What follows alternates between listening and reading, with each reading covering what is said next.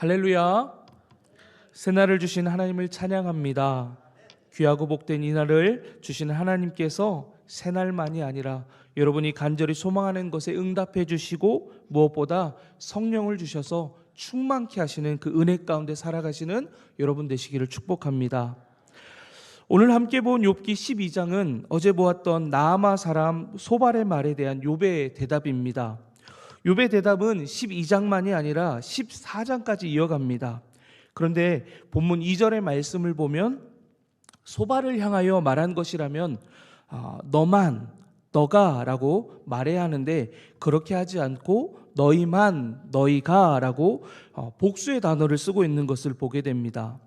이 단어를 통해서 12장에서 그리고 14장까지의 그 욥의 대답이 단지 소발을 향하여 한 답이 아니라 그 앞선 엘리바스와 빌닷이 함께 얘기했던 그 말에 모두에게 말하는 것이라는 것을 알게 됩니다.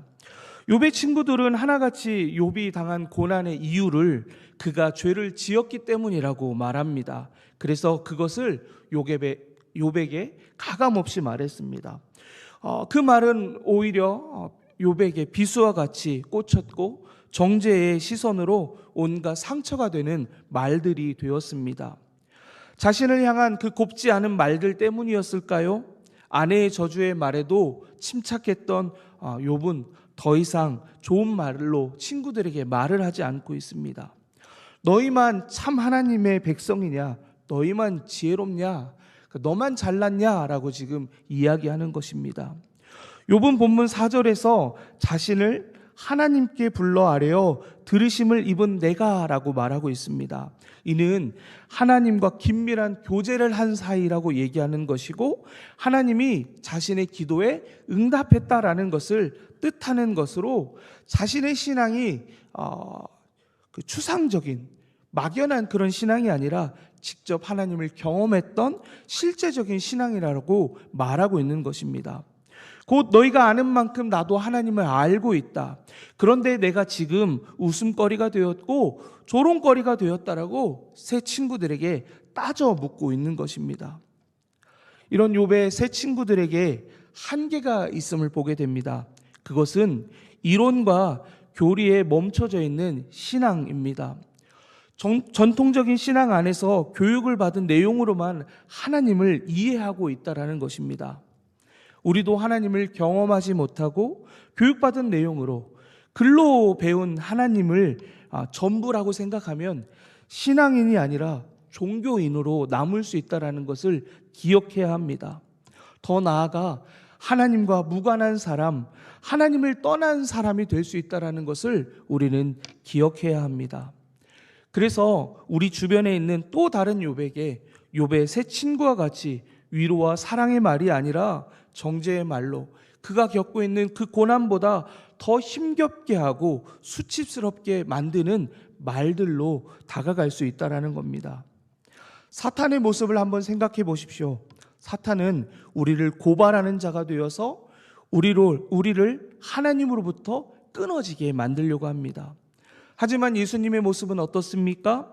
우리의 변호자가 되셔서 우리가 얼마나 더럽고 추악하고 죄 많은 인생인지 아시고 벌레만도 못한 인생인 것을 아시면서도 우리의 죄를 지적하지 않으시고 우리의 모든 죄를 끌어안으셔서 십자가에 달려 죽으신 분이십니다. 이 사랑을 입은 자의 삶은 달라야 하지 않겠습니까? 정말 그 사랑을 입었다라고 하면 우리의 삶은 다를 수밖에 없는 것입니다. 제가 오늘 아침에 말씀을 전하기 위해서 자고 있던 옷을 입고 나오는 게 아니라 정장을 이제 입고 나와야 되잖아요. 그런데 어제 수요 예배가 있었기 때문에 앞서 정장을 입었던 하루 일과를 보냈습니다. 전혀 생각지 못하고 벗어놓고 다시 오늘 새벽에 일어나서 이 말씀을 준비하려고 나가기 전에 앞서 거울을 한번 보려고 섰는데 제 모습 가운데 어떤 모습이 있었는지 아십니까?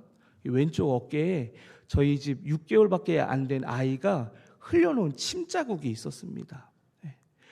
마지막으로 거울을 안 보고 나왔다라고 하면 자세히는 보시지 못하시겠지만 영락없이 제 어깨에는 침자국이 있었을 것입니다. 그 침자국을 지우면서 제 마음 가운데 들었던 한 가지 생각은 뭐였냐면, 영락없이 아이의 아빠구나.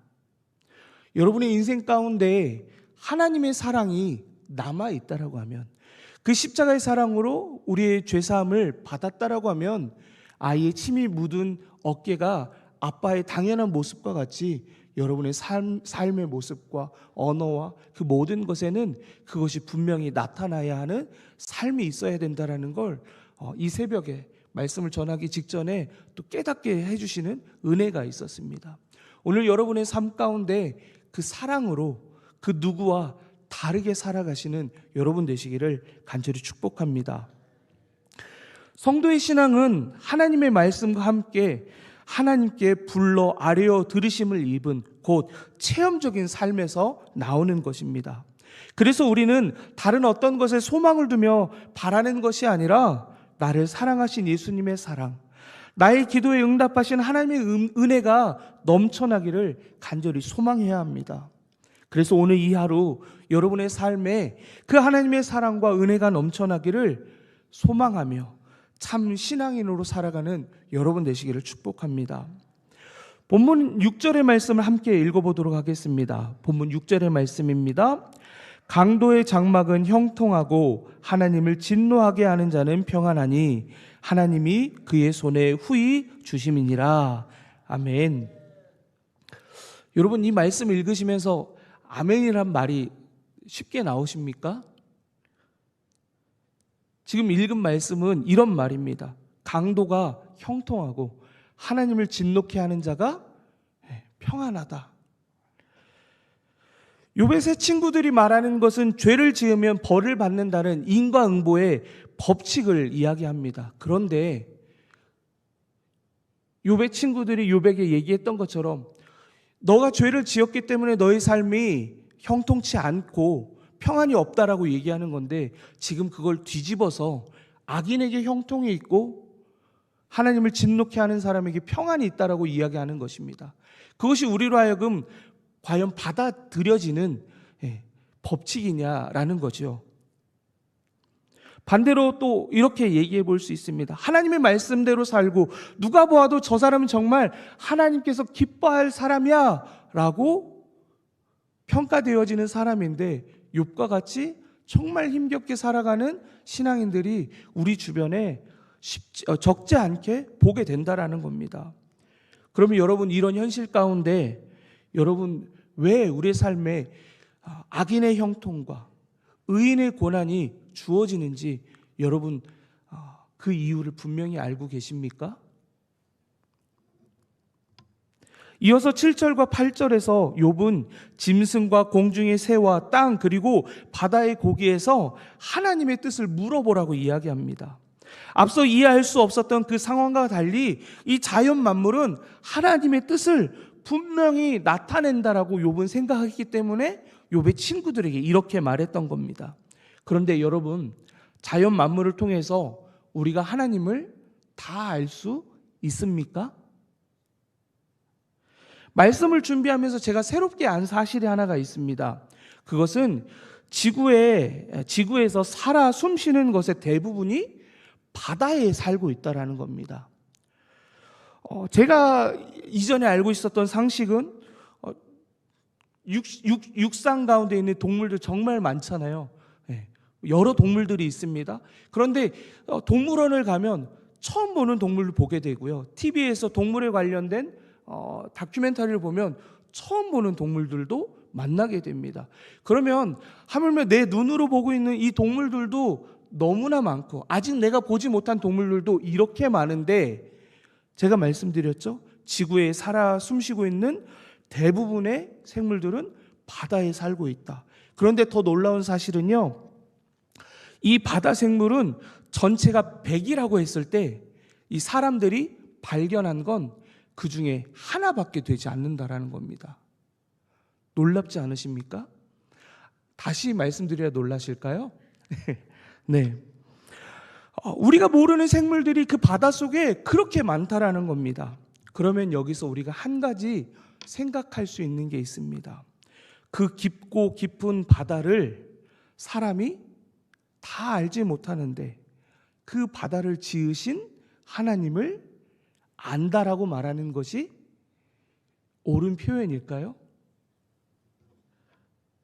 저는 그래서 자신 있게 여러분들에게 말씀드립니다. 오늘 이 말씀 다 이해하지 못하고 준비해서 올라왔습니다. 그럼에도 불구하고 깨닫게 해주시는 은혜가 있기 때문에 오늘 여러분 앞에 그 말씀을 나누고 있는 겁니다. 우리 인생에서 만나게 되는 일들 가운데 이해가 되어서 하나님의 뜻은 이것이야 라고 명쾌하게 말하면서 살아가는 일들이 얼마나 됩니까? 그 일이 지나고 나서 그 일들을 바라보면서 그 일에 하나님의 뜻은 이것이었구나 라고 조금 알아가게 되는 것이 우리 인생입니다. 그런데 그때 만났던 하나님이 다음에도 동일하게 우리 삶에 역사하시냐? 그렇지 않음을 또 경험하게 된다라는 겁니다.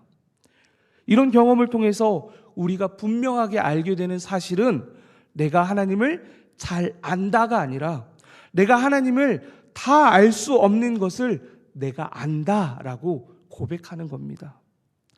하나님을 믿는 우리는 하나님의 주권과 지혜와 권능을 인정해야 합니다. 본문 13절과 14절은 우리에게 이렇게 얘기합니다. 지혜와 권능이 하나님께 있고 계략과 명철도 그에게 속하였나니 그가 허르신즉 다시 세울 수 없고 사람을 가두신즉 놓아주지 못하느니라. 하나님은 사람의 지혜가 아닌 오직 하나님의 뜻대로 세상을 다스리십니다. 그렇기에 하나님의 능력 앞에서 인간의 능력과 지혜는 아무런 소용이 없습니다. 그래서 사람이 아무리 똑똑하고 사람이 아무리 능력이 많다고 하여도 그 일에는 실수가 있고 한계를 보입니다. 하지만 하나님은 그 행하시는 일에 완전하시며 전능하심을 믿으시기 바랍니다. 여러분은 무엇을 믿고 사십니까? 하나님의 완전하심과 전능하심을 믿으며 살아가시기를 간절히 축복합니다. 하나님께 내어 맡기는 그 삶에는 하나님의 완전하심이 나타납니다. 내 삶에 가장 완전하게 이끄시는 하나님의 역사가 드러나고 내 삶에 해결할 수 없는 일을 하나님의 그 전능하심으로 해결해 주실 것입니다. 그래서 우리는 우리의 삶에 나타나신 하나님의 완전하심과 전능하심을 찬양하기만 하면 됩니다. 그런데 우리는 종종 신앙인들을 통해서 이런 모습을 보게 됩니다. 하나님을 안다고 말하는 것을 넘어서 하나님의 뜻을 내 뜻대로 할 수 있다라고 말하는 것 말입니다. 혹 누가 그렇게 말합니까? 라고 말할 수 있는데 그러면 제가 이렇게 말씀드릴 수 있습니다. 여러분의 기도의 내용을 한번 보시기 바랍니다. 우리가 어떤 내용으로 기도하고 있는지를. 우리는 기도를 합니다. 그 기도를 통해서 하나님의 뜻과는 무관하게 나의 뜻이 이루어지기를 하나님께 구합니다. 이것은 하나님의 주권을 인정하는 행동이 아니라 나의 뜻을 하나님께 관철시키는 믿음 없는 행동입니다. 우리의 기도는 우리의 기도를 통해 하나님의 뜻을 나의 뜻으로 바꾸는 것이 아니라 나의 뜻이 하나님의 뜻으로 바뀌어야 합니다. 예수님이 이렇게 기도했죠. 나의 원대로 마시고 아버지의 원대로 하옵소서. 다시 말해서 하나님이 행하시는 일을 바꾸려고 애쓰는 것이 아니라 하나님이 행하실 일을 이해하는 것에 우리는 애를 써야 한다라는 겁니다. 다 알 수 없는 하나님, 그 하나님께서 우리에게 분명하게 알게 하신 한 가지 사실이 있습니다. 그것은 하나님께서 저와 여러분을 사랑하신다라는 겁니다. 어떻게 해도 하나님을 알 수 없지만, 어떤 것을 통해서도 하나님을 알 수 없지만 우리가 분명히 하나님을 통해서 아는 그 사실은 하나님이 우리를 사랑하신다는 사실입니다. 우리의 생각을 넘어 우리가 이해할 수 없는, 우리가 상상할 수 없는 그 방법으로 하나님 우리를 사랑하셨습니다. 독생자 예수 그리스도를 이 땅에 보내셔서 십자가에 죽으시기까지 우리를 사랑해 주셨습니다. 사랑하는 번동 가족 여러분, 이렇게까지 우리를 사랑해 주셨는데 우리가 하나님의 주권을 인정하지 못할 것이 무엇이며 하나님을 잘 안다고 말할 것이 무엇입니까?